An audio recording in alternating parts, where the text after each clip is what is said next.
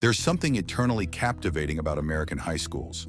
The unparalleled level of drama, the personalized lockers, the crushes and the enemies, the cheerleaders and football players, the good teachers and the bad ones, and of course, the highly anticipated prom night that is the quintessential moment marking the end of an era known as American adolescence. But have you ever wondered how much exactly this cliché picture of American sophomore year is true? What if in reality Mean Girls, Juno, and Superbad were nothing more than Hollywood fiction that masterfully manipulated our sense of nostalgia? In order to find the answers, it's best to ask people who have been there and done that. Let's go. I remember one time in school, I was walking down the hall with my books in my arms. A random bully ran down the hall and slapped them down hard, sending all my stuff flying everywhere. In a movie, everyone would point and laugh. In movies, that sort of obvious bullying of a nerd would be treated as funny and normal.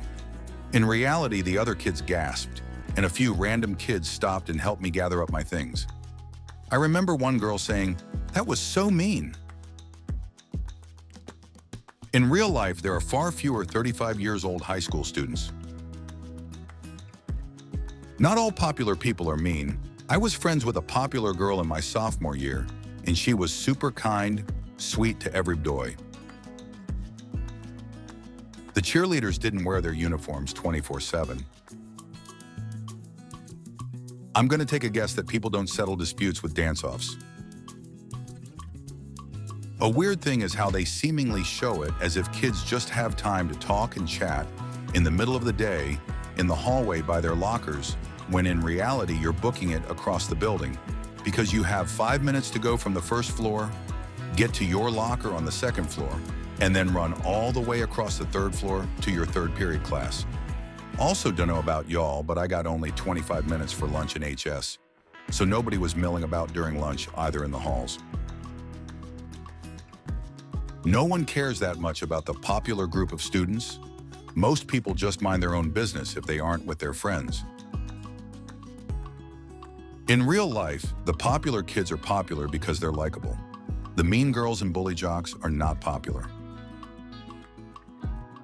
No family eats breakfast together before school, work, another user added, and nobody goes out for a big sit-down breakfast before school either. I remember laughing because the OC always showed the characters going out for a nice breakfast in a restaurant before class, as if teenagers get up that early.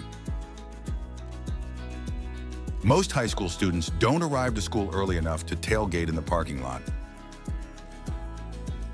Everyone is tired all the time because we have to wake up at like 6:30 a.m. to get to school on time. Most are also not in their mid-20s and driving BMWs and Range Rovers, etc. Friend groups are more porous than they make. For instance, there were football players that also acted in school plays, or wrestlers also in the math club. The bullying is less dramatic. Nobody is actually getting locked in a locker. We did actually use those red cups at parties that you always see in movies. My non-American friends were always shocked when I told them that. Only California and other warm states have campuses where you walk outdoors between classes. In most US schools, you don't leave the building. The fact that Superbad spent a whole movie trying to obtain alcohol is totally realistic. We absolutely had whole evening adventures trying to get booze. The Hawaii driver's license was definitely a thing in the mid-1990s. California IDs had holograms earlier and couldn't be faked anymore. Several people at school had fake Hawaii IDs back then. I'm sure one of the writers must be my age from California. I watched this movie with an ex from South America, and he was confused because they all just bought booze from the tiendas when they were like 13. Prom is way less of a big deal in real life.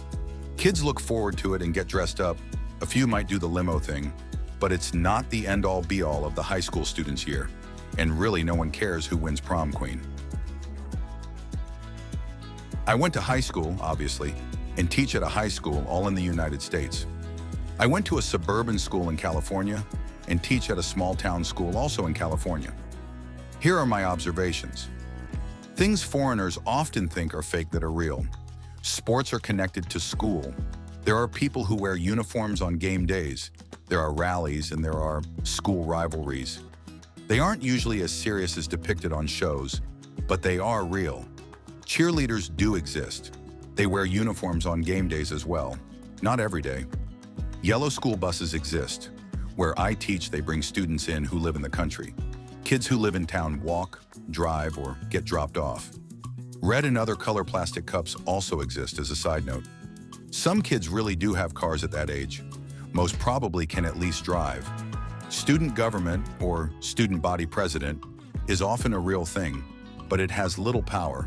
Basically, just a student committee to rubber stamp whatever the administration is going to do anyway. Things foreigners often think are common that are fake or exaggerated. Being a cheerleader or an athlete are not nearly as exclusive as depicted, nor do they automatically equate to popularity. Cliques are far more fluid than depicted.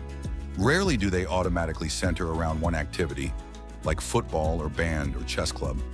It's not at all uncommon for people to do a lot of different activities that blend stereotypes, like a football player who is a chess club officer and in student government.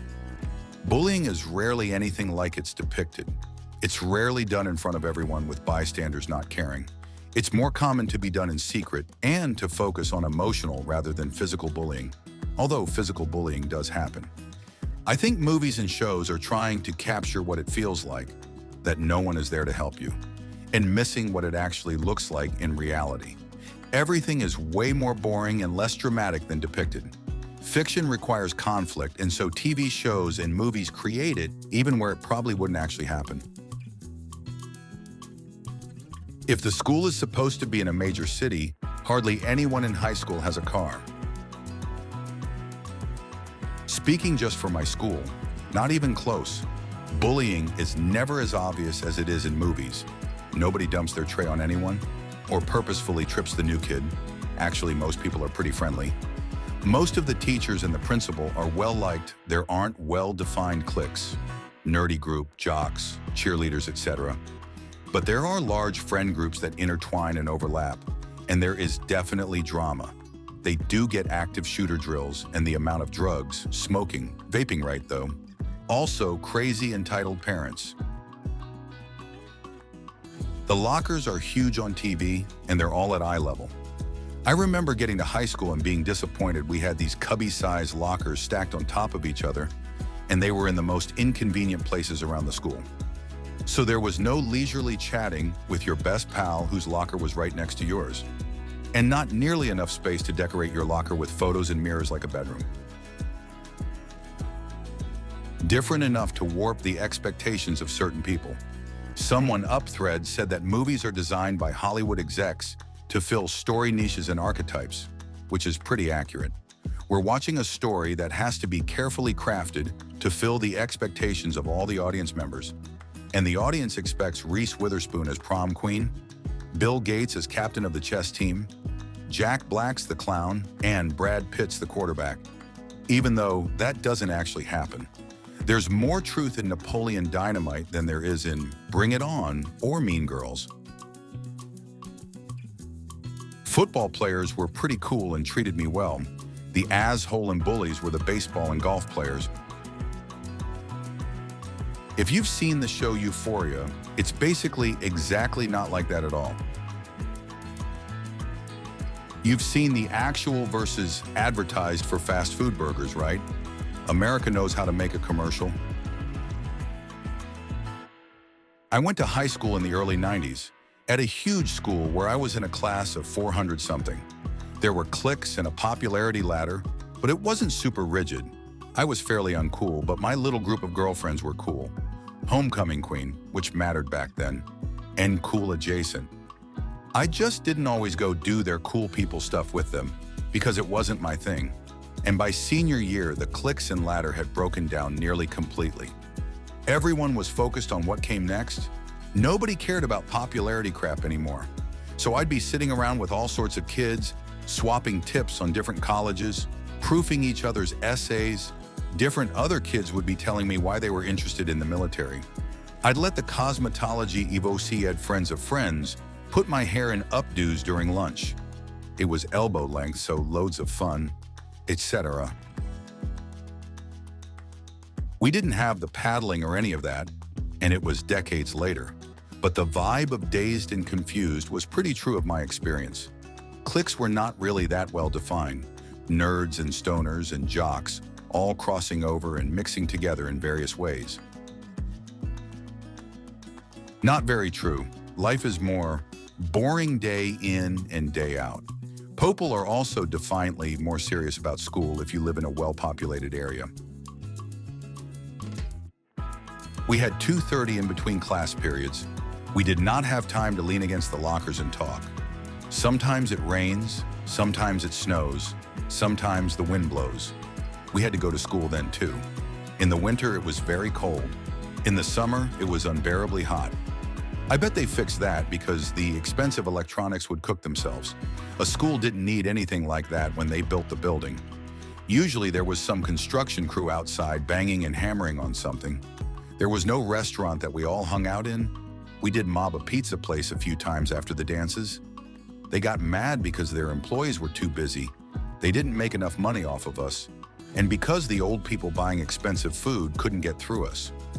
We caused numerous major traffic jams because we kept crossing the street. The cops showed up to direct traffic. The pizza place complained. The police went to the school and they told our parents that we had to stop. They kept the rec center open later for us instead.